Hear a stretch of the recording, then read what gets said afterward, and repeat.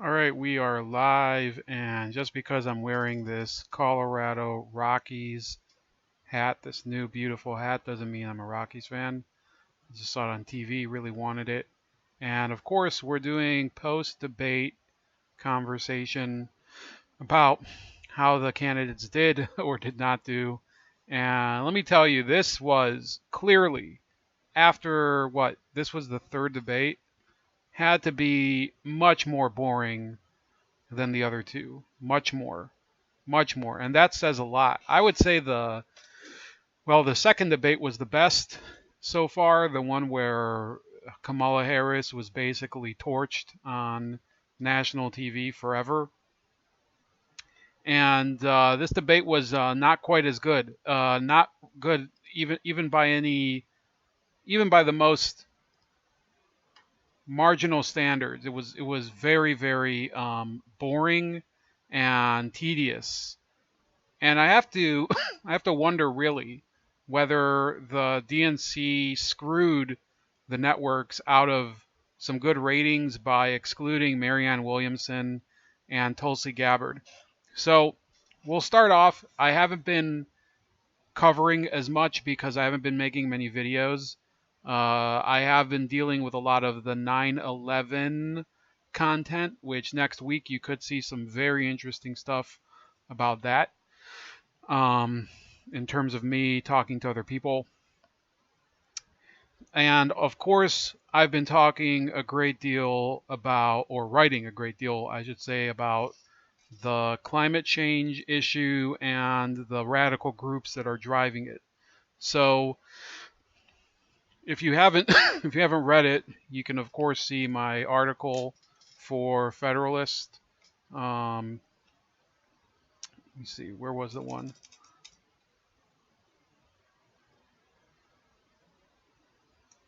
So this was the first one. You can see that, and you can also find me over here. This is what I've been focusing on in the main, but of course we're here to talk more about the latest debate. So, who was not on the stage? Of course, we already mentioned Gabbard and Williamson. There was also a lot of the moderate candidates are basically toast. You had Delaney is gone. Bullock wasn't on the stage. You had Hickenlooper, who's dropped out. You had Inslee, who's a radical climate change freak. He's already dropped out. You also have, who else was there? Who was dropped out? Michael Bennett didn't make the debate. I don't think he's dropped out yet. And there's various other people. Of course, it would probably be reasonable to assume that at least a couple people would drop out by the next debate. Tim Ryan didn't make it. So none of the other small change moderates made it to the debate. The only person who could be considered really a dyed in the wool moderate who was on the debate stage, of course, was Biden. Or you could maybe make the case for Buttigieg. And Buttigieg was, excuse me, I think he was pushing hard, or as hard as he could, against Medicare for all. And that's really the takeaway from this debate. Which new civil wars are going to start in the Democratic Party? So there were a couple that you probably noticed. Forgive me if I missed a couple, because honestly, it was hard to pay attention. It was extremely boring. But first and foremost, Julian Castro and Joe Biden, it is definitely not. It's bad blood between them. It's not going to be very civil from here on out. Biden is going to be asked about Castro's attacks on him, mostly. I believe it was concerning climate. It was either race relations or immigration, and it might have also been public schools and things like that. Reparations. Castro attacked him on reparations. Any opportunity he could, Julian Castro was attacking Joe Biden, and Joe Biden clearly didn't seem to be really capable of mounting a competent defense. Like, I know that Joe Biden still has fight in him, He's just not doing it very well. And maybe some other day, I don't know if we will, because honestly, I'm not focusing on videos as much. But we could focus a little bit on the body language from those interactions between the two, because it was pretty clear that Julian Castro got under Joe Biden's skin, and he was not going to let that moment pass. And I think it was a great, great moment for Julian Castro.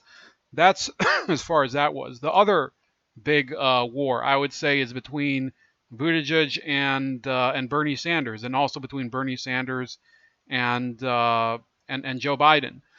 What does that mean for the general tenor of the race? I would say it's good for Elizabeth Warren. Elizabeth Warren is not being attacked by anyone. No one is even focusing on her. She's getting a free pass. It's very obvious that she seems to be some sort of sacred cow. If you'll forgive me, I know we're not allowed to say guys, but I apologize also if I call a lady a cow. But yes, she is not being really aggressively confronted by anyone on the stage, and not even maybe I'm wrong, but I don't remember hearing any of them confront her. Not Kamala Harris, not and Kamala Harris would have had a perfect opportunity to criticize her for, of all things, the, well, maybe she's not in such good standing with the racial poser issue. By the way, there's a very big feud brewing right now, and it's not even brewing. It's burst out into the open between Sean King and DeRay McKesson, both of them of Black Lives Matter fame. So I believe DeRay McKesson is accusing Sean King of absconding with a number of with some really serious funds. So yeah, there's not really a great deal of bliss and goodwill going on the left side of the spectrum right now between people within there, and I guess not on the right as well either. But that issue of who's feuding with who dominates these campaign cycles, and ultimately it benefits Donald Trump. But the fact that nobody is openly feuding with Elizabeth Warren yet, that I can see, and in fact, Andrew Yang seemed to be kind of sidling up to her and behaving as if he wants to be her running mate. That seems to be an indication that she is the front runner from here on out until something serious happens, such as a health scare or some sort of inevitable confrontation between her and Bernie. And we'll see what happens with that. But I actually think Elizabeth Warren has the advantage in terms of the power dynamic in that, which we'll get into in a second. So let me see if I can go through the candidates and wrap up some of the main themes. So let me see here. Okay, so this was their speaking time. Joe Biden got 9 minutes and 13 seconds. Kamala Harris got 5 minutes and 50 seconds. Okay? Elizabeth Warren had 6 minutes and 50 seconds. So you can see the power dynamic is pretty clear. Biden had the most. Elizabeth Warren had the second most. Cory Booker had 6 minutes and 46 seconds. That's a little surprising. Beto had 5 minutes and 19 seconds. Bernie Sanders had 4 minutes and 57 seconds. That seems a little low. Should have been more. Amy Klobuchar had 4 minutes and 33 seconds. I don't know why she's on the stage. Julian Castro, 4 minutes and 9 seconds. Pete Buttigieg, 4 minutes round. And Andrew Yang, 2 minutes and 3 seconds. So clearly there's a 7-minute difference between the candidate with the most amount of time and the candidate with the least. That's a time inequality. Joe Biden has time privilege, you could say, over Andrew Yang. So there was a lot of nonsense in the debate. At one point, Buttigieg, he complained that candidates were fighting each other rather than focusing on unity, and Castro broke in and said, "Hey, this is what we're doing. This is a debate. We're running." And so I really respect Castro for saying that and saying, "Hey, we're debating tonight. We have to fight. This is what this process is. The process isn't, giving each other reach arounds and, buying each other an ice cream cone afterward. That's not the way these things go." And in fact, when they signed off, the ABC News correspondent, I think it might have been Stephanopoulos, who was one of the moderators, even mentioned that Castro and Biden didn't even shake hands or interact after the debate. Andrew Yang, the little time that he did have was a little weird, but I think it's part of an overall strategy just to get really some, because it's not with him. I think like the strategy is quality over quantity. So he was pitching very hard the UBI and the freedom dividend and taking money out of politics and things like that. And he was doing it, I would say, with some real charisma. I'm not convinced. I don't really believe in anything Andrew Yang is proposing now. I think he's sort of revealed himself to be a puppet just as much as the rest of them, just a more entertaining puppet. And he's also full in on the climate change nonsense and on the Russia nonsense. So Andrew Yang, despite his contention that he's different from the other candidates, is not different from the other candidates. He's virtually the same thing. Sorry for Yang gangers out there. The UBI thing is, I don't care if you're going to give me $1,000 a month. If you're telling me that I might have to, not speaking, I live in the Great Lakes region, so we don't have to worry about climate change. It can only get better here. But if you're living in Louisiana, if you're living in a place like, I think it was like Florida, for example. If you're living in Florida, if you're living in coastal Virginia, yeah, Andrew Yang, what he's saying about climate change means that you have to pick up your sticks and move inland, move to higher ground, or else you're going to die. That's what he's saying. He said it multiple times in roughly the same words. I'm paraphrasing. Raul Olympia is saying, "Was it as funny as I imagined it was?" No, it was pretty boring. It was actually. There were moments that I heard people were tweeting about. I saw people tweeting about, rather. For example, apparently Biden called Bernie Sanders President Sanders at a certain, just like at a previous debate, he called Cory Booker Mr. President. So um, things like that apparently happened. I missed them. It was very hard for me to pay attention, to be honest with you, except for certain points in the debate. Kamala Harris talking, like, really being obnoxious about how, about her record and how she thinks the criminal justice system is rigged against people of a certain race, and always going to race in terms of school and everything, when in fact she incarcerated a lot of people. So things like that were the only real ones that stuck out. Amy Klobuchar complaining at a certain point. She said, we have to stand together.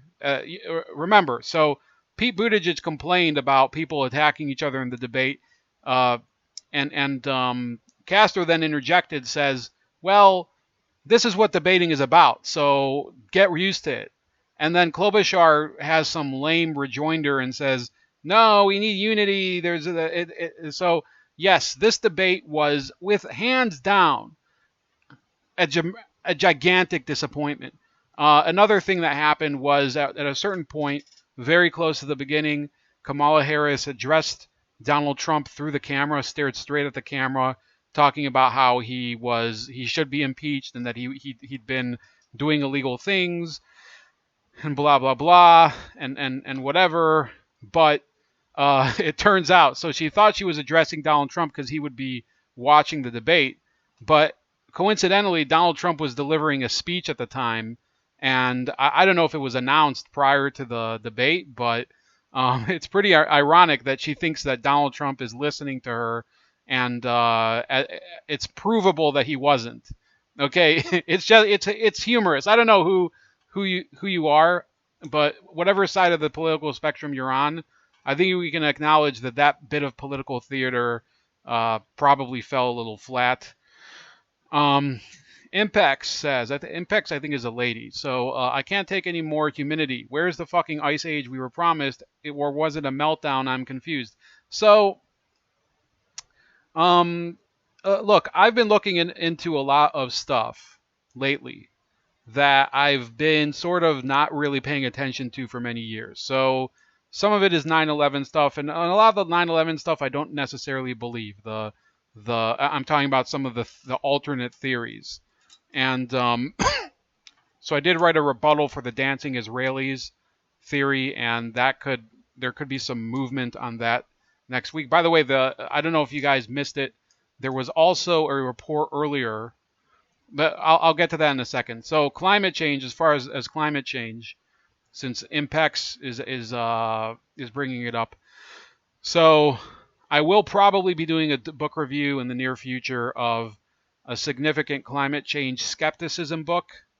I might also do one of the central climate change philosophy books. One of the ones that supports climate change, which we discussed in the last video, the last live stream rather. This one, End of Nature. So I might do some book reviews of that. It depends. Writing is really the focus right as of right now. I hope to eventually either create a newsletter so you guys can sign up to it, get it direct to email if you're not on Minds or whatever. Optimally, I would be able to share stuff everywhere, but time is a bit of a obstacle for me, especially when doing the research itself is probably the most time consuming thing. So it could be other things, bigger things in the offing in terms of how I'm going to do stuff. But yes, climate change for sure is the biggest lie that they're peddling in this election. In previous elections, the biggest lie was on healthcare. Okay, so I want to go off on a tangent on healthcare for a second, and then we'll get to the Politico story on Israeli spying near the White House, if you didn't hear about that. So Colombia, if you didn't know, has universal health insurance. Okay, and wouldn't you know it, the OECD claims that Colombia has significantly improved its health system over the past 20 years, leading to a rise in life expectancy and a fall in infant mortality. Infant mortality has fallen from 40 deaths per 1,000 live births in 1970 to 12.8, and life expectancy at birth reached 75.2 years in 2013. So they say at first over the past 20 years, but then they use a 43-year period from 1970 to 2013. To maintain its ambition of universal high-quality healthcare, Colombia should now focus on improving efficiency and strengthening financial sustainability, according to the new OECD report. So that doesn't say much, but this shows how this type of stuff is marketed to the public. Okay, and this is something I just found. So they're claiming that the system has improved vastly over the past 20 years, right? And they're measuring it by life expectancy and a fall in infant mortality, rise in life expectancy, fall in infant mortality, right? But they're using a 43-year period, and they're saying that it has an ambition of universal high quality healthcare. Now, if you use, so let's move to 1970. Let's look at that period. Okay, this is from the World Bank. You can see this is Colombia in 1970. This is Colombia in 1993 when they imposed universal health care. So it went down in the years prior to that from 70.4 to 26.4. So it went down by 50 units, okay? 50 deaths per year, okay? Larry is asking if there were Dem debates tonight. Yeah, a lot of people didn't know, and you know what? You might as well have missed it. You probably could have done better by doing something else. So meanwhile, the United States in 1970, so we started out with 19.9, and this shallow decline, you could say, is, it's still a decline, but it was always lower than in Colombia. So we started at almost 20. We get to 5.7 as of 2017. Colombia from 2017, or sorry, from 1993, when you have 26.4 to 2017, 12.7. That's 15 deaths, infant mortality reduced per year in Colombia per 1,000 births. So the premise that it's universal health care that is most improving the infant mortality rates of Colombia is palpably false, because the rate of decline is much stronger prior to that.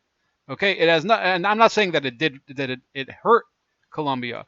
I'm saying that the real the real key to reducing infant mortality, reducing things that are vital to or reducing some of these negative health statistics like infant mortality, is improved medical technology, which has nothing to do with, or it has something to do with universal health care. It's harder to do that with universal health care because the profit motive is what drives innovation. Okay, helping people. I'm sorry for those of you that are nice people, which I don't consider I consider myself to be normal. I don't consider myself to be a good person. Okay, I consider myself to be as typical as any other jerk off that you'll find on the street. Most people will tell you the reason that or most people, if you really talk to them, they'll admit they do stuff for money. I try to do things for money that I think are correct, but I'm not going to pretend to you that I'm here to, save the whales or feed all the children. Okay, it's just not true. And I don't think most people are. There's some people that are, right? And those people aren't leading medical innovation. Some of them are. Some of them are. But the majority of people who lead medical innovation, they want to make some cash, or they might simply be professionally motivated. They're motivated by the challenge. They're motivated by the project itself. Okay, we're all greedy. We're all, I'd say, what do you call it? We're a selfish race of people, the human race. That's what I'm trying to say.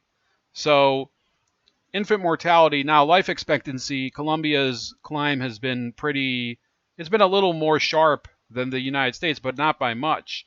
So if you go from the period 1993 to 2003, they climbed from 68.857 to 74. So that's about a 6-year difference.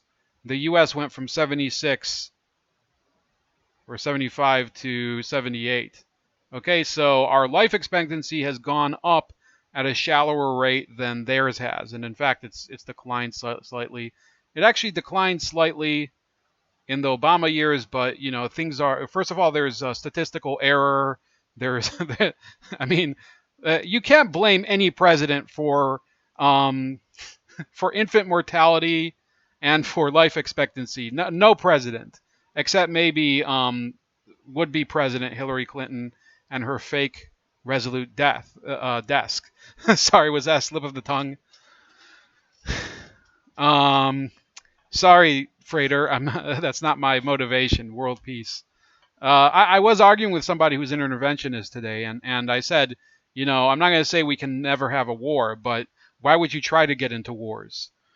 But I tried to keep it civil, and I think it worked in the end. So let's go from 1993 from 1970 to 1993,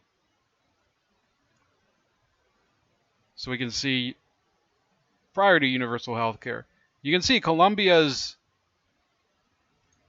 life expectancy climbed from 60.9 to 68. So there's no measurable difference between the rate of improvement when Colombia did not have universal health care to afterward, okay? Because it's not pegged to the same thing. The U.S., I mean, in the 70s, by then we had Medicare, we had Medicaid, illegal immigration. I'm not sure how much it had started to affect our medical system, so I don't know if that was a factor. But look, people want to say if you make healthcare free, it's going to be higher quality because then you'll eliminate the out-of-pocket costs and people will be healthier and they'll be able to take care of themselves. No, people have to be responsible for themselves. We could all be a little healthier, myself included. I have been going to the gym a lot more, but People just have to understand that when some asshole stands on the stage and says, "Well, we're going to," and this was Joe Biden saying, "We have no excuse and we can't delay anymore spending as much money as possible to cure cancer and blah blah blah." Okay, so you can promise that you're going to cure cancer, but you can promise that you can spend the money to do it. That's really what he's saying. He can promise that he's going to spend the money. That's the moonshot he wants to do. He wants to say, my goal, just like there was Kennedy's goal to reach the moon, my goal is to cure cancer as president. Well, you're not doing it. Okay, you're saying that you're going to put money in the hands of researchers to do it. Okay, and if they fail, is that on you? Or because you gave the money, your hands are already washed clean, right? It's one of the greatest deceptions that you'll ever hear, that I will fund the solution, therefore there will be a solution. That's what they say all the time when you have a school levy, or when there's an infrastructure project, or when there's a stupid stadium they want to build that they say will invigorate downtown. They say it every time, and that's not policy that you should support. So let me see these comments. I'm not going to be very long today, but I will get to this Israeli spy story that broke today on Politico and The Hill. I wonder if the Civil War affected Colombia's life expectancy. Well, I don't know how life expectancy is factored into, or sorry, how Civil War or military deaths are factored into it, but you can see right here that it was going up even during the Civil War, and these years were like the height of it. It was going up pretty well, so I could make the proposal that maybe they took those deaths out of there. Okay, I'm not sure how the World Bank calculates it. Freighter says, I'd love to change the world, but I don't know what to do, so I'll leave it up to you. Okay. So countries that were lower were brought up by innovation, not universal health care, possibly handouts too. My bad, humanitarian support. How's that war on poverty working out? Still spending and still poverty. So yeah, public expenditure is worthless if you don't spend it well, and if you earmark it to certain organizations. So I think we're all on the same page there. So this is something that is attracting a lot of attention. I know Michael Tracy was very happy about it, and Nuance Bro as well, because they were saying, well, this validates this premise that Israel spies on the United States, which I would probably say that it's likely that they do. So, but listen to the story, and let me know if you notice something that's a little familiar from other stories we've heard over the past few years. Excuse me. The U.S. government concluded within the past 2 years that Israel was most likely behind the placement of cell phone surveillance devices that were found near the White House and other sensitive locations around Washington, according to 3 former senior U.S. officials with knowledge of the matter. But unlike most occasions when flagrant incidents of foreign spying have been discovered on American soil, so who wrote this, by the way? Daniel Lippman. Okay. Who have been discovered on American soil, the Trump administration did not rebuke the Israeli government, and there were no consequences for Israel's behavior, one of the former officials said. The miniature surveillance devices, colloquially known as stingrays, mimic regular cell towers to fool cell phones into giving their locations and identity information. Formerly called International Mobile Subscriber Identity Catchers, or IMSI catchers, they also can capture the contents of calls and data use. The devices were likely intended to spy on President Donald Trump, one of the former officials said, as well as his top aides and closest associates, though it's not clear whether the Israeli efforts were successful. Trump is reputed to be lax in observing White House security protocols. Politico reported in May 2018 that the president often used an insufficiently regular... So they're using their own article, sourcing their own article from May 2018, that the president often used an insufficiently secured cell phone to communicate with friends and confidants. The New York Times subsequently reported in October 2018 that Chinese spies are often listening to Trump's cell phone calls, prompting the president to slam the story as so incorrect, I do not have time here to correct it. A former official said, so I think, was that story retracted? Because a lot of these, you can't even pay attention to how many of these are retracted anymore.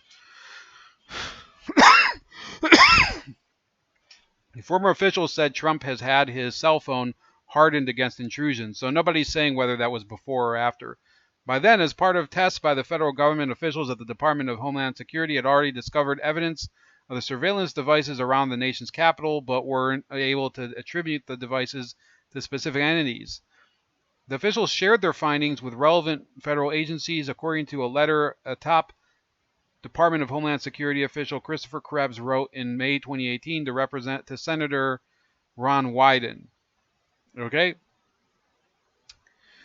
Based on a detailed forensic analysis, the FBI and other agencies working on the case felt confident that Israeli agents had placed the devices, according to the former officials, several of whom served in top intelligence and national security posts. So it says here, based on the detailed forensic analysis, the FBI and other agencies working on the case felt confident that Israeli agents had placed the devices, according to the former officials, several of whom served in top intelligence and national security posts. So these are people who used to work in national security. Used to. Keyword used to. That analysis, one of the former officials said, is typically led by FBI's counterintelligence division and involves examining the devices so they, quote, tell you a little about their history, where the parts and pieces come from, how old are they, who had access to them, and that will help you get you to what the origins are for these. So, I'm having a little bit of a hard time believing that, because as far as components, a lot of these capacitors and things like that are generally from China. So capacitors, resistors, diodes, um, we're screwed. I think most of the electrical components are manufactured in China, Malaysia, Southeast Asia, as far as I know, Vietnam, South Korea. So maybe some of them still in Japan. Maybe I'm wrong. I mean, a lot. I'm not sure that this is really accurate as far as deciding where the components came from. It says it was pretty clear that the Israelis were responsible, said a quote a former senior intelligence official. An Israeli embassy spokesperson, Elad Strohmeyer, denied that Israel placed the devices and said these allegations are absolute nonsense. Israel doesn't conduct espionage operations in the United States, period. So I don't believe that either. I think that might be a very rash statement, and he might regret it. But I still think that I'm skeptical about this story, because I haven't seen a single. This is the first person named, okay, the Israeli embassy official denying it, to be cited in the story. None of the people who allegedly worked on this issue have been named. They've all been called former security officials or senior security officials or things like that. So a senior Trump administration official said the administration doesn't comment on matters related to security or intelligence. The FBI declined to comment, while DHS and Secret Service didn't respond to requests for comment. After the story was published, Trump told reporters that he would find it, quote, hard to believe that the Israelis had placed the devices. I don't think the Israelis were spying on us, Trump said. My relationship with Israel has been great. Anything is possible, but I don't believe it. Israeli Prime Minister Benjamin Netanyahu also denied after publication that Israel was behind the devices. We have a directive. I have a directive. No intelligence work in the United States. No spies. I find this very, now there's a limit to how much bullshit I can take, BB. I think we should be, this is why I don't support specific people. Except, it's very hard to maintain a straight face when people tell you things that are are so fantastical. Um,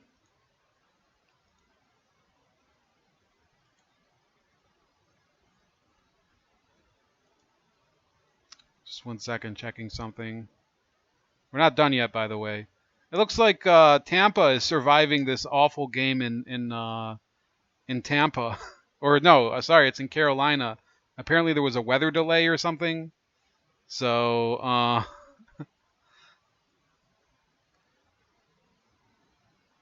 let me see here. Are they done? I know you guys must be riveted.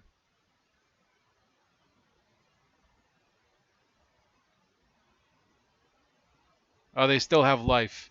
Yeah, I don't like the Buccaneers, so I think I'm gonna go for Carolina. Um,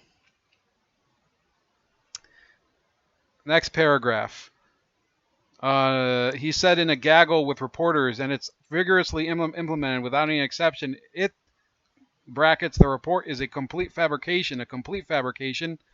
But former officials with deep experience dealing with intelligence matters scoff at the Israeli claim. Again, but former officials with deep experience. Okay, who? Who? Okay, this isn't something that you have to remain anonymous about. I mean, this is something. Um, First of all, if you're so brave, if you're saving America from this evil scourge, right? Why are you afraid? And you're going to Politico, which is a horrible publication anyway. But if you're going to them and you want to remain anonymous, and there's so many of you, but none of you want to actually admit who you are to Politico, but you guys keep signing letters for some reason to the press.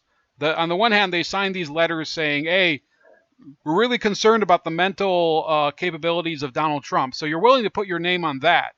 But then when you're actually talking about stuff that you say is happening, like Israeli spy devices being discovered by the White House, don't use my name. That wasn't me. I don't know. So yeah, that's what I have a problem with. I have a problem with people trying to say, "Oh, I don't believe what Benjamin Netanyahu says, but I'm not going to let you use my name because then people could check my credibility." Right? We all know that Benjamin Netanyahu has honesty issues. That he's probably lying about a lot of things. That doesn't mean you can just remain all the time in the shadows and whisper about stuff and then claim, "Oh, but we use reliable sources." This might as well have been written by Brian Stelter. Um,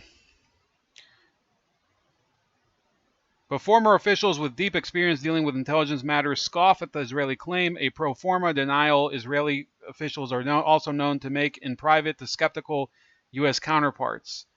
One former senior intelligence official noted that after the FBI and other agencies concluded that the Israelis were most likely responsible for the devices, the Trump administration took no action to punish or even privately scold the Israeli government. So you don't know that, right? Unless you're spying on them, you don't know if they scolded or they didn't scold the Israelis. If it did happen. So on the one hand, you're trying to say, I know this happened, but I'm not going to tell you who I am. And then at the same time, you're trying to say, well, I also know that they never took any action to hold the Israelis to account. Let me see here. So,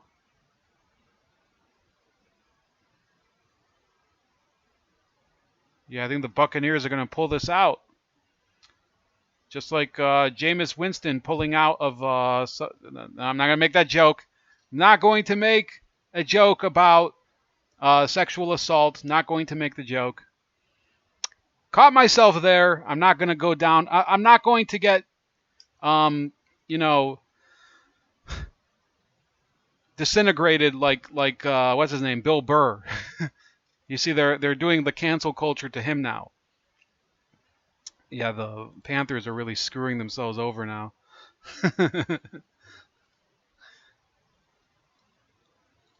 Never ascribe to conspiracy that which may be explained by mere stupidity. No, I think that there are spies here from Israel and other countries, and people say, well, we think Israel spies the most. Well, how do you quantify that? Okay, maybe they do, but how do you quantify it? Again, statistics. How are statistics measured?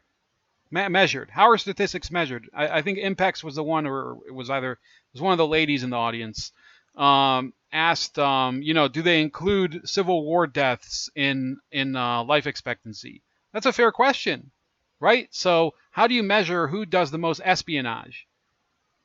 I mean, you can't possibly know how many spies there are. Okay, maybe it's the number of reports of spying, right?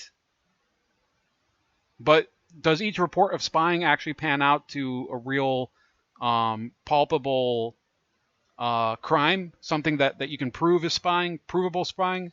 I don't think so. Death to Pollard. I actually had an argument about Jonathan Pollard earlier. So, interesting you mentioned that.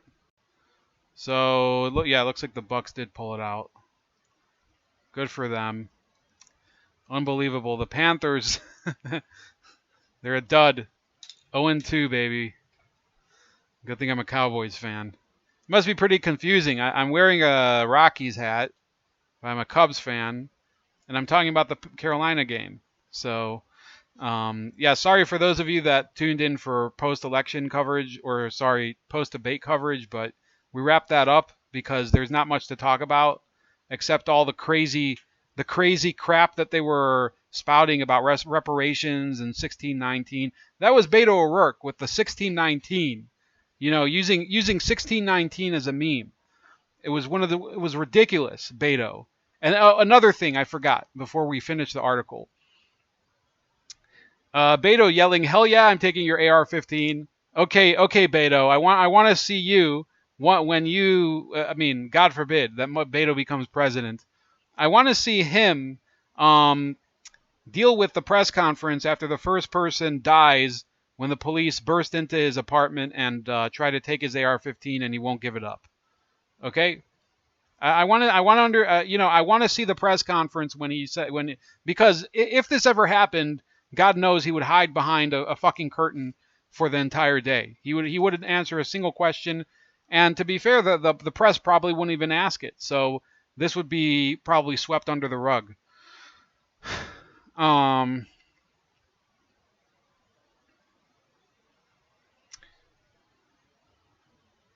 I'm not aware of any accountability at all, the former official said, regarding whether Trump. Wait, I skipped ahead. One former senior intelligence official noted that after the FBI and other agencies concluded that the Israelis were most likely responsible for the devices, the Trump administration took no action to punish or even privately scold the Israeli government. The reaction was very different than it would have been in the last administration, this person said. With the current, you could say that again. Wow, is that really a difference? So President Obama, who spied on Germany, would have been very, very much more angry at the Israelis for spying on America. Wow, that's a real measure of appropriateness. Stop taking Robert Francis O'Rourke seriously. Yeah, he is. A lot of people were tweeting immediately. Yeah, you've basically screwed yourself right here. So, one second.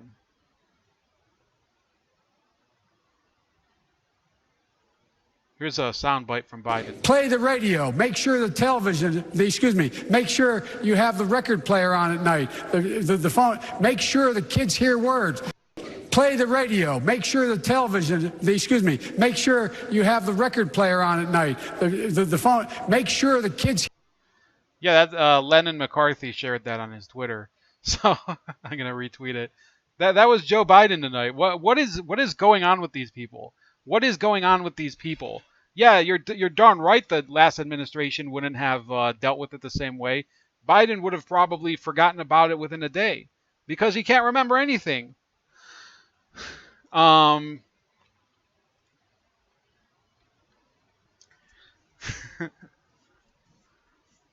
The former senior intelligence official. So I'm very convinced that this is a person who was under President Obama and a very close Obama associate. The former senior intelligence official criticized how the administration handled the matter, remarking on the striking difference from past administrations, which likely would have had, at a very minimum, issued a démarche or formal diplomatic reprimand to the foreign government condemning its actions.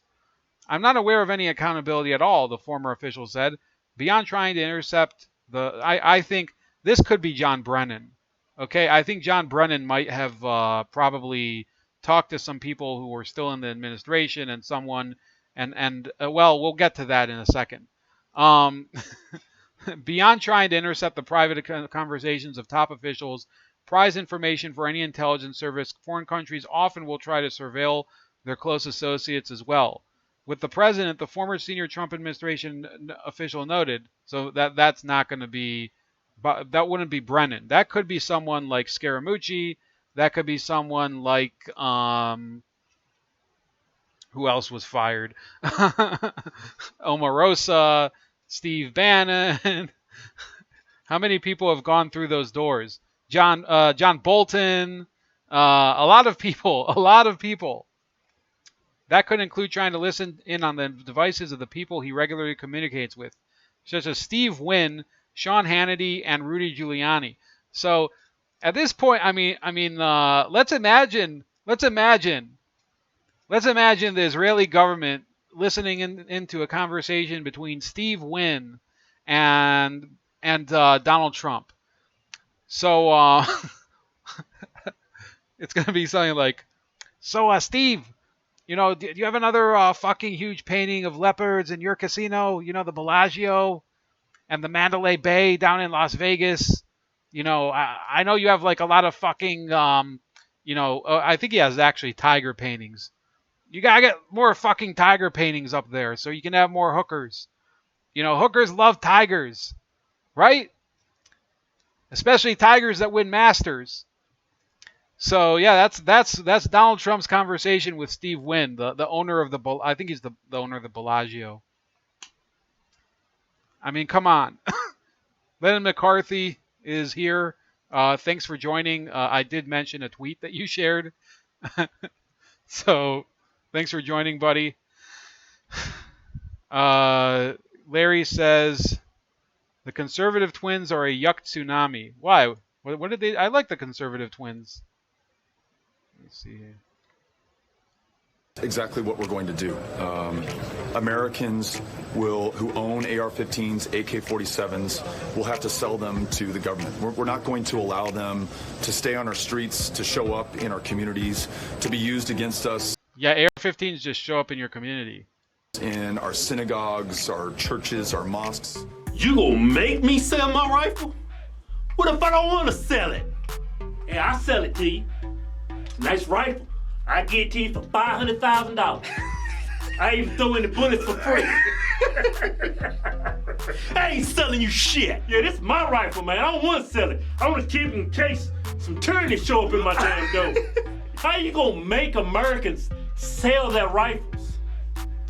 You know what you need to be doing if you want to help save lives? Yeah, ends most lives? More than ARs, assault rifles? Armalite rifles. You know what nice touch with that. That's some trolling there. AR assault rifle. Armalite. Than that? Hammers. Yeah. I can walk into a Walmart right now and buy 50 hammers without a background check. Yeah, man. There's people die at the hands of hammers, clubs, baseball bats than ARs. It is amazing. I can walk inside of a Walmart, go buy me a Louisville Slugger with no background check. I can go in there and get me a damn hammer. I can go in there and get me a mallet, no background check. Yeah. See, you can't have our rifles. You know why? Next is our handguns. Yeah, that's just the first step towards tyranny. Y'all know this country's under attack, right? It's by leftist wingbacks. Wingbacks? Yeah, that's what they want to do. They want to ban the rifles first. Then they gonna get your handguns. Then once everybody's unarmed, they're gonna turn this shit into China. Hey, tell you what. You know what ends a lot of lives? Alcohol and cars. Yeah. They're inanimate objects just like this rifle. Yeah. People drinking in their car. You need to ban alcohol. Yeah. And you need to ban cars. Don't forget the hammers and the baseball bats and the mallets. Beto, you can't have my rifle. Can't have it. I'm not selling. I'm sorry. Yeah, I'm not selling. I'm gonna keep that and protect my family, man. Yeah. It's in the Constitution, man. How the hell you gonna make me sell my rifle? That sounds like tyranny to me. Hey, Beto, I'm gonna stop calling you that. That's not even your name anyway. You're not Mexican. Your name is Robert Francis O'Rourke. Call him Francis. I ain't gonna call you Robert, call you Francis. I think that's a horrible name to name a boy. Francis. I can see when you was a little kid, hey, Francis, dinner's ready. Come and get your meatloaf and mashed potatoes, Francis. Hey, Francis, I think you are mentally insane. I think y'all a bunch of damn psychopaths. Just the other week, didn't you say it was okay for a woman at 9 months to waddle her big fat ass into a Planned Parenthood with them swollen ankles? That damn high blood pressure? Yeah, and abort that kid at 9 months? Do you know what happens at a 9-month abortion? They stop the baby's heartbeat, right? And then she's got to give birth to it anyway. A senseless murder. You're trying to stop senseless murders. How about stopping 9-month abortions? You guys... You people are batshit crazy. You don't have brains, man. You want to save lives, but you want to tell women they can have an abortion at 9 months up until the damn baby's delivery date. We got some new shows coming. We're going to Levittown. All right, yeah, that's as usual. I don't know why Larry called that a yuck tsunami. I think that they're pretty good. I like the conservative twins. The people in that circle. So wait a second. The people in that circle are heavily targeted. So yes, the Israeli government wants to know what Steve Wynn is talking to Trump about. I'm sure. Steve Wynn, the casino guy. There was a, I think this was a while ago. Steve Wynn. I think it might have been on Mad TV. So.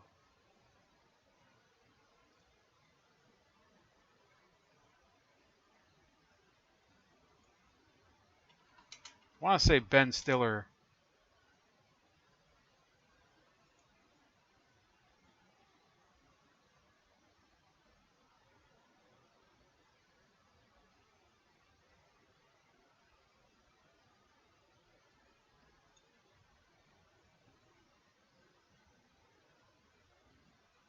Yeah, I can't find it, but this is how long it was. Like 1998. Ben Stiller did a hilarious Steve Wynn impression, and I didn't even know who Steve Wynn was before that. But yeah, so and apparently the Israeli government would need to spy on Donald Trump by putting these cell phone signal, I guess, detecting devices near the White House, according to Politico. When in reality, all you need to do if you're an Israeli official is ask Jared Kushner, and he'd probably just tell you, right? That's what really has me doubting this story. Now, if you're going to ask, oh, you don't believe that they spy on us? I've said like 15 times that I think that they probably spy on us, and I don't believe Bibi Netanyahu. But those are two different things. Another circle of surveillance targets include people who regularly talk to Trump's friends and informal advisors. Information obtained from any of these people would be so valuable in the town that is like 3 degrees of separation, like Kevin Bacon, the former official added. That's true even for a close U.S. I love that game. That's true even for a close ally like Israel, which often seeks an edge in its diplomatic maneuvering with the United States. The Israelis are pretty aggressive in their intelligence gathering operations, said a former senior intelligence official. They're all about protecting the security of the Israeli state, and they do whatever they feel they have to do to achieve that objective. So another former. So none. Have you heard any names besides Kevin Bacon and Steve Wynn and Sean Hannity and Rudy Giuliani and Netanyahu and the Israeli embassy guy? I haven't seen any of them. I haven't heard any of these people be identified. They all seem to be like, well, I'll talk to you, but don't put my name down. So even though Trump has formed a warm relationship with Israeli Prime Minister Benjamin Netanyahu and made numerous policy moves favorable to the Israeli government, such as moving the U.S. Embassy to Jerusalem, ripping up the Iran nuclear deal, and heavily targeting Iran with sanctions, Israel became a prime suspect in planting the devices. So now it says it's a suspect. While the Chinese, who have been regularly caught doing intelligence operations in the U.S., were also seen as potential suspects, they were determined as unlikely to have placed the devices based on a close analysis of the devices. You can often, depending upon the tradecraft of the people who put them in place, figure out who's been accessing them to pull the data off the devices. Another former senior U.S. intelligence official explained. Washington is awash in surveillance and efforts of foreign entities to try to spy on administration officials and other top political figures are fairly common, but not many countries have the capability or the budget to plant the devices found in this most recent incident, which is another reason suspicion fell on Israel. IMSI catchers, which are often used by local police agencies to surveil criminals, can also be made by sophisticated hobbyists or by the Harris Corporation. So John Malkovich could probably do this, but they're going to stay anonymous because they don't want to say, oh, I'm the official that pointed the finger that Israel spied on President Trump, right? I don't know if you guys get the John Malkovich reference. Put it in the chat if you do. It's a movie reference, early '90s movie reference. Or by the Harris Corporation, the manufacturer of stingrays, which cost more than $150,000 each, according to Vice News. The costs involved are really significant, according to a former senior Trump administration official. This is not an easy or ubiquitous practice. So they probably cost $150,000 to buy. I don't know if they cost $150,000 to manufacture. They know it was Israel because of the dancing Israelis. Exactly. Do you know how much I've been debating this? I can't spoil this. I can't spoil this, but believe me, there's been a lot of talk over the past 24 hours between myself and the dancing Israelis. So it seems here Owen Benjamin is burning a book. Let me see here. Hey guys, I'm really excited. I just picked up my new Dennis Prager book. It's called Why the Jews? The Reason for Anti-Semitism. I can't wait to... Whoa! Oh no! So yeah, I just burnt Dennis Prager's book on Twitter. So yeah, you can see he's not in a very charitable mood. He's not really looking to read. So for some reason he's still pretty pissed.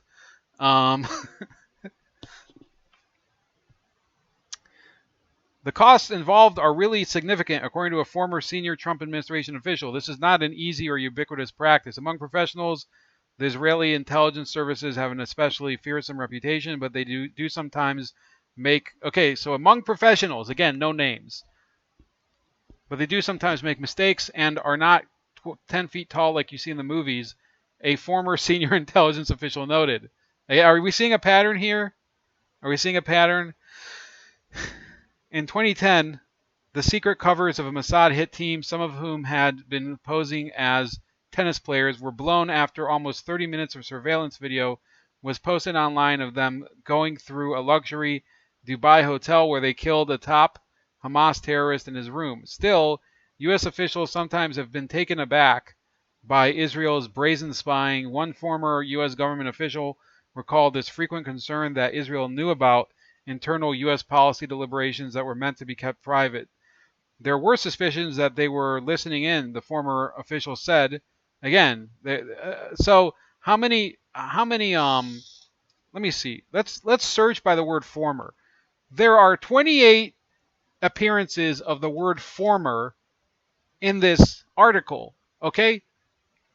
28. 28, and all of them in front of a word like official or U.S. government official. So what the hell? One former U.S. government official recalled his frequent concern that Israel knew about internal U.S. policy deliberations that were meant to be kept private. There were suspicions that they were listening in, the former official said, based on his Israeli counterparts flaunting a level of detailed knowledge that was hard to explain otherwise.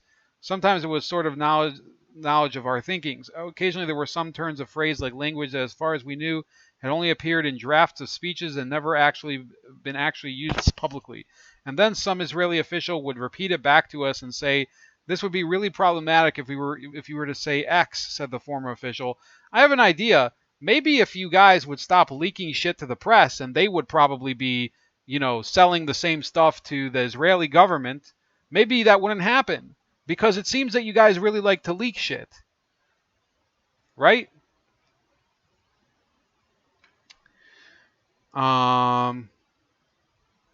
Prager removed him from their vids. Well, he was on this video for a very long time after he, let's say, had his change of attitude, and people were complaining to Prager for a very long time, and they were saying, "How could you have how could you have Owen Benjamin and whatever?" And I was thinking, it's really it's two things. It was Prager University. They have a lot of spokespeople who I would say are very superficially intelligent, right? So some of them are pretty good, and some of them are not. But I'll give you an example. So they have. Let me think here. I mean, let's pull up a Prager University video.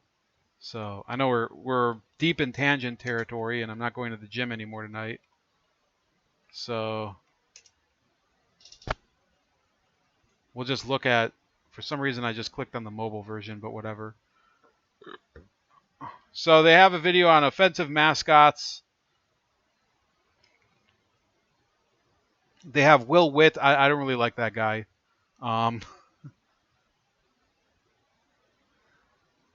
They have. Here's one. Climate alarmism isn't rational. That's fine. AJ Plus is Al Jazeera.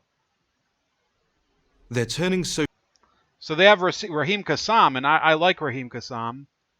Okay, so they have him, right? And he's good, but these are very obviously scripted. They just don't do it for me. And I know people who are very, I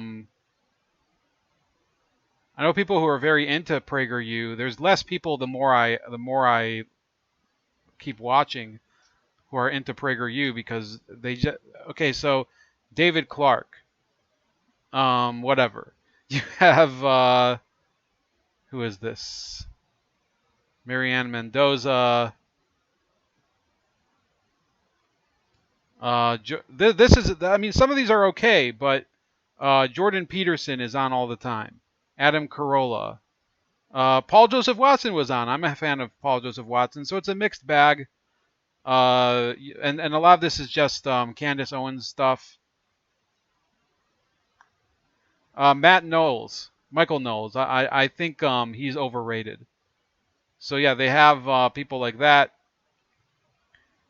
Zuby, haven't really looked into that guy. But the problem is, so they had Mario Lopez on. So why would you have Mario Lopez on? Because a lot of people would probably watch it. Not because Mario Lopez has especially important things to say. And in fact, he got really ripped to shreds because he said something that was pretty, it was very like milquetoast, which was, well, we shouldn't be giving hormones to kids who are like 3 years old. This is a great example. Scott Baio. I don't know why Scott Baio is somebody who should be held up as this great philosophical thinker. So the real problem with PragerU is that they're really willing to get people who have some degree of celebrity, let's say D-list celebrities, and they'll have them film a video with them, and they think that furthers the cause of conservatism. So they did that with Owen Benjamin, and everything was fine for a while until Owen Benjamin, I guess, changed his mind completely about everything, which leads me to think that at the root, I don't think Owen Benjamin really believed the things that he was saying on PragerU to begin with. I think he was really and you know what? I think I have a viewer, Elron, who's still a fan of his, so maybe he knows a little bit more about it. Ben Shapiro too, but I always complain about Ben Shapiro. I don't like him, especially not this week. The guy's a twit. With the whole John Bolton, save John Bolton, save the walrus. That was his whole bullshit. John Bolton. We're in a very big mess right now as a country because of people like the type of people who appear on PragerU. They don't really have their hand on the pulse. I think that they're dramatically behind the curve. Back when the Obama administration was trying to jumpstart negotiations for the Palestinians, for example, the Israelis were eager to get advanced knowledge of the language being debated that would describe the terms of reference of the talks.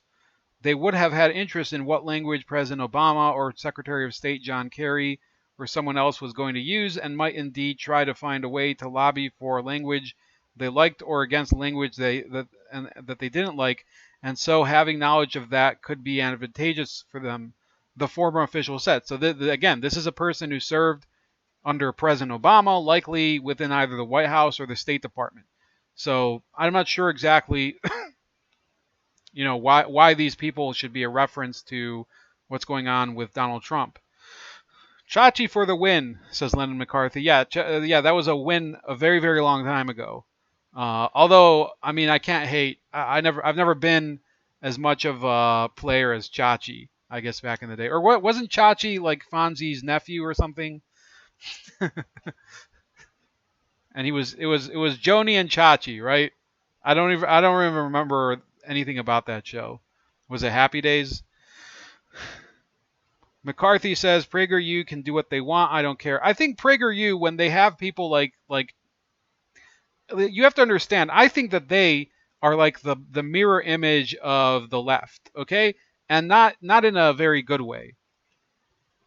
And there's things that I'll say that I do like some things on PragerU, whereas on most left-wing channels, you have complete insanity.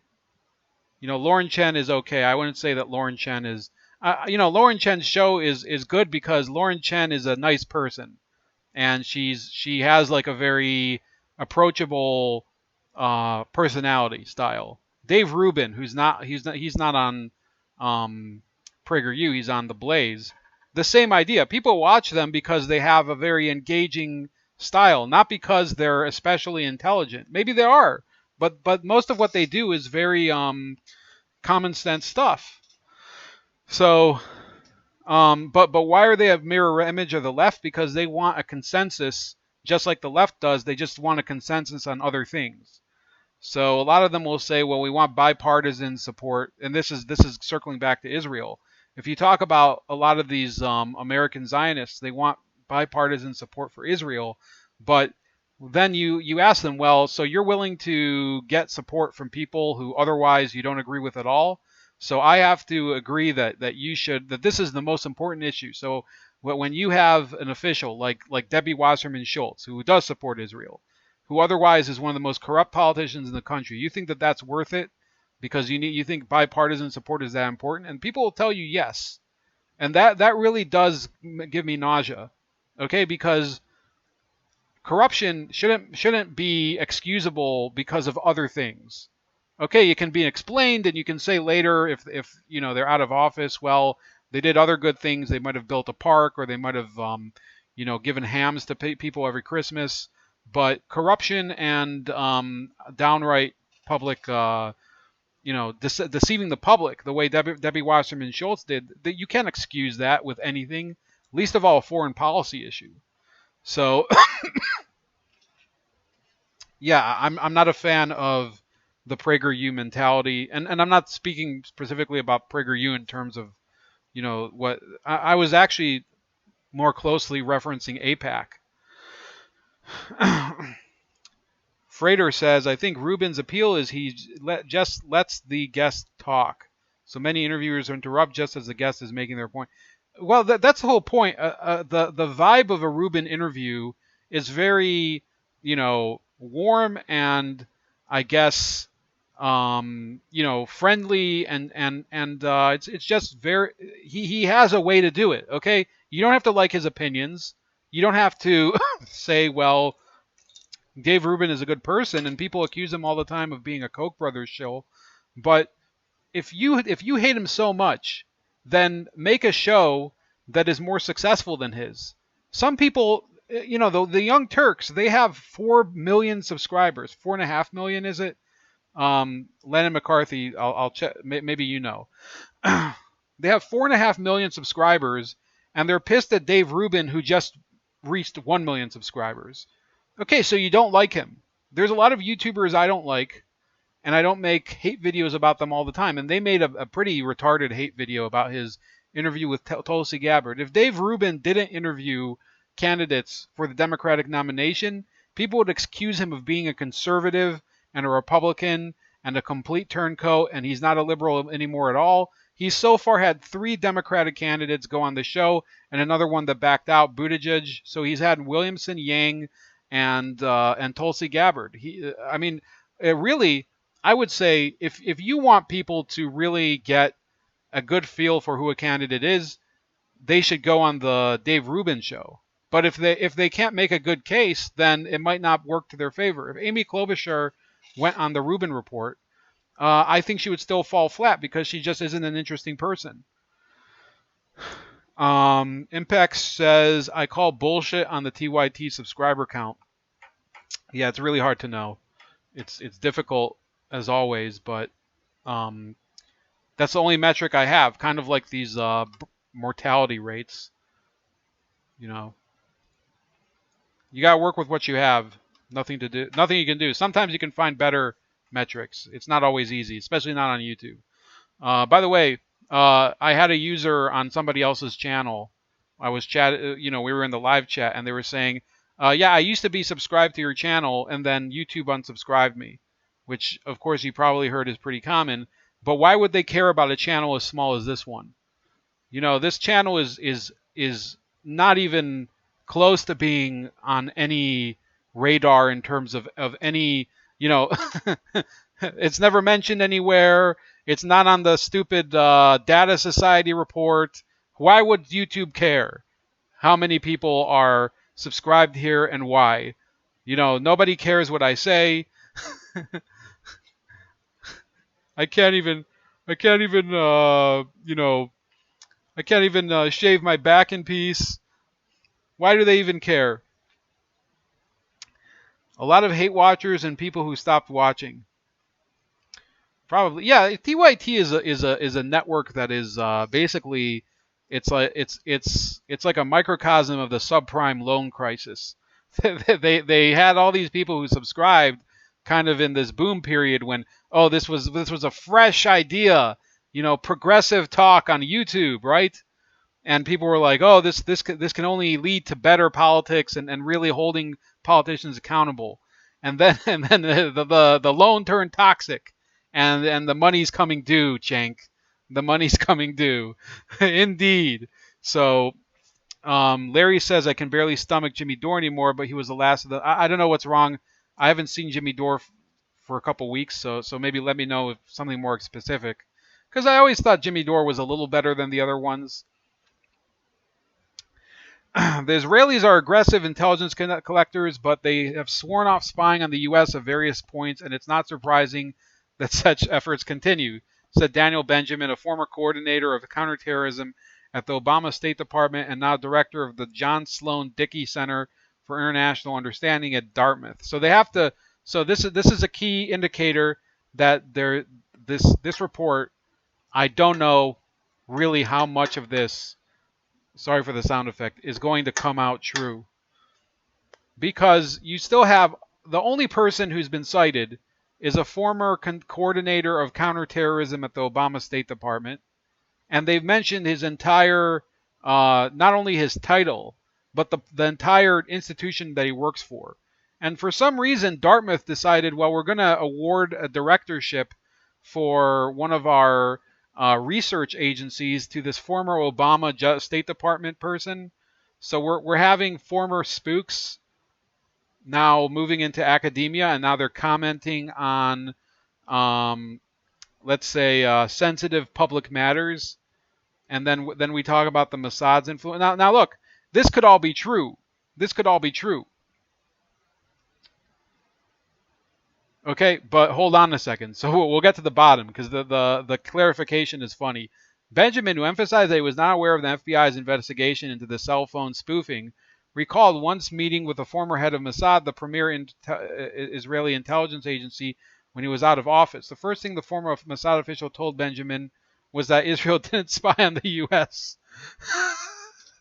so they're going. He's going to like the deli or something, and he sees he sees like there's the deli owner, Shlomo, and next to him is the owner of the Mossad, and the owner of the Mossad is packing up his roast beef and pastrami cold cuts, right? And he's saying, while he puts the little label on, he's saying, "Hey, we don't spy on you, buddy."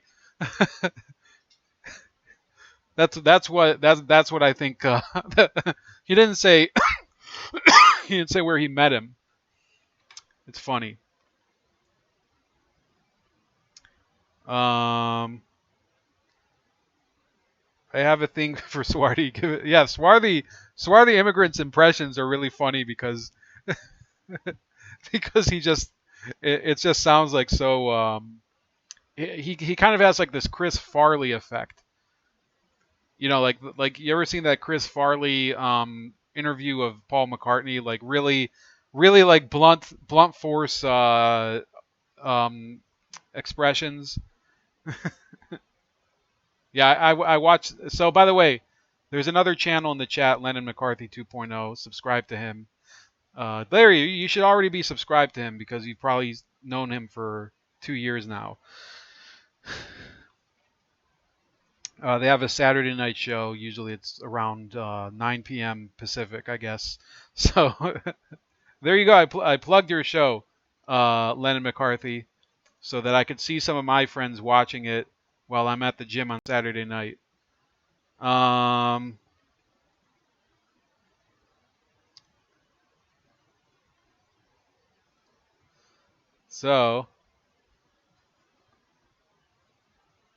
Okay, so to end the article, I know this is taking a million years. I just told him our conversation was over if he had such a low estimate of my intelligence, Benjamin said. Israeli officials often note in conversations with their American counterparts correctly that the U.S. regularly gathers intelligence on Israeli leaders. As of Israel's recent surveillance of the White House, one of the former senior U.S. intelligence officials acknowledged it raised security concerns, but joked, on the other hand, guess what we do in Tel Aviv? So, and then at the bottom it says, the article has been updated to clarify that Daniel Benjamin had no knowledge of the alleged Israeli spying, and that the Israeli official he was speaking with was a former official at the time of their conversation. So, that's a little important. Okay, so he was the former head of the Mossad when this allegedly happened, and also he has no idea about this current issue. So the one person who is an intelligence official who happens to be cited by name in this article is denying knowledge of this actual specific incident.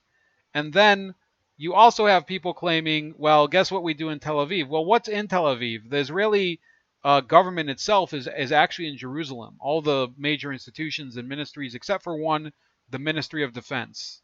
The Ministry of Defense happens to be in Tel Aviv. It's in a building called the Kiryah.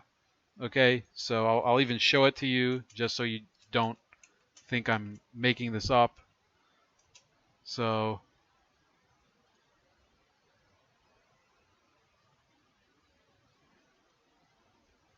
this is the Ministry of Defense building, right? And the Kiryah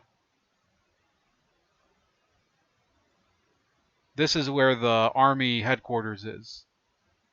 Okay, and you can see every time you go there, there's like all these really low-ranking soldiers there, doing guard duty. Many of them who have never even held a rifle in their life. So that's the base over there. In fact, there was a terror attack there, I believe, 20 years ago. So let me see here. I found Lionel through David Knight. Still listen to David Knight when I can. Well, I used to listen to Lionel, and then it just became a little more repetitive and annoying. So I don't listen to him as much anymore. Sometimes I'll listen to his shorter videos. And, I used to send him some information that I had, and then he would just ignore it. So, whatever. Good for him. I'm pleased that he's doing well. I have nothing against him, but his show is like, he does like an hour of the same stuff. Once in a while, he'll do a pretty good video. 3 years ago, he was fire. He was like real, white hot energy. That was a great period. The the actual election time Lionel Nation was amazing, but not anymore. So don't give out secrets, Bold. Well, these aren't secrets, man. The building is there. You walk around. There are people who are very well armed around there, but it's not exactly you know. Here's an aerial view. It's on Wikipedia. You think I'm giving out secrets? So this is this is Azrieli Tower, which is the largest skyscraper in the country over here. But yeah, so the article closes with the same official claiming that the U.S. government spies on Israel. So again, this was pretty big news on Twitter today, but I don't know really what to believe because so many of these people are anonymous. Now let me see if there's any other people who have anything interesting to say. And I think I will call it a night after that. So Larry is pimping the Lizard Bites channel. That's also a good channel.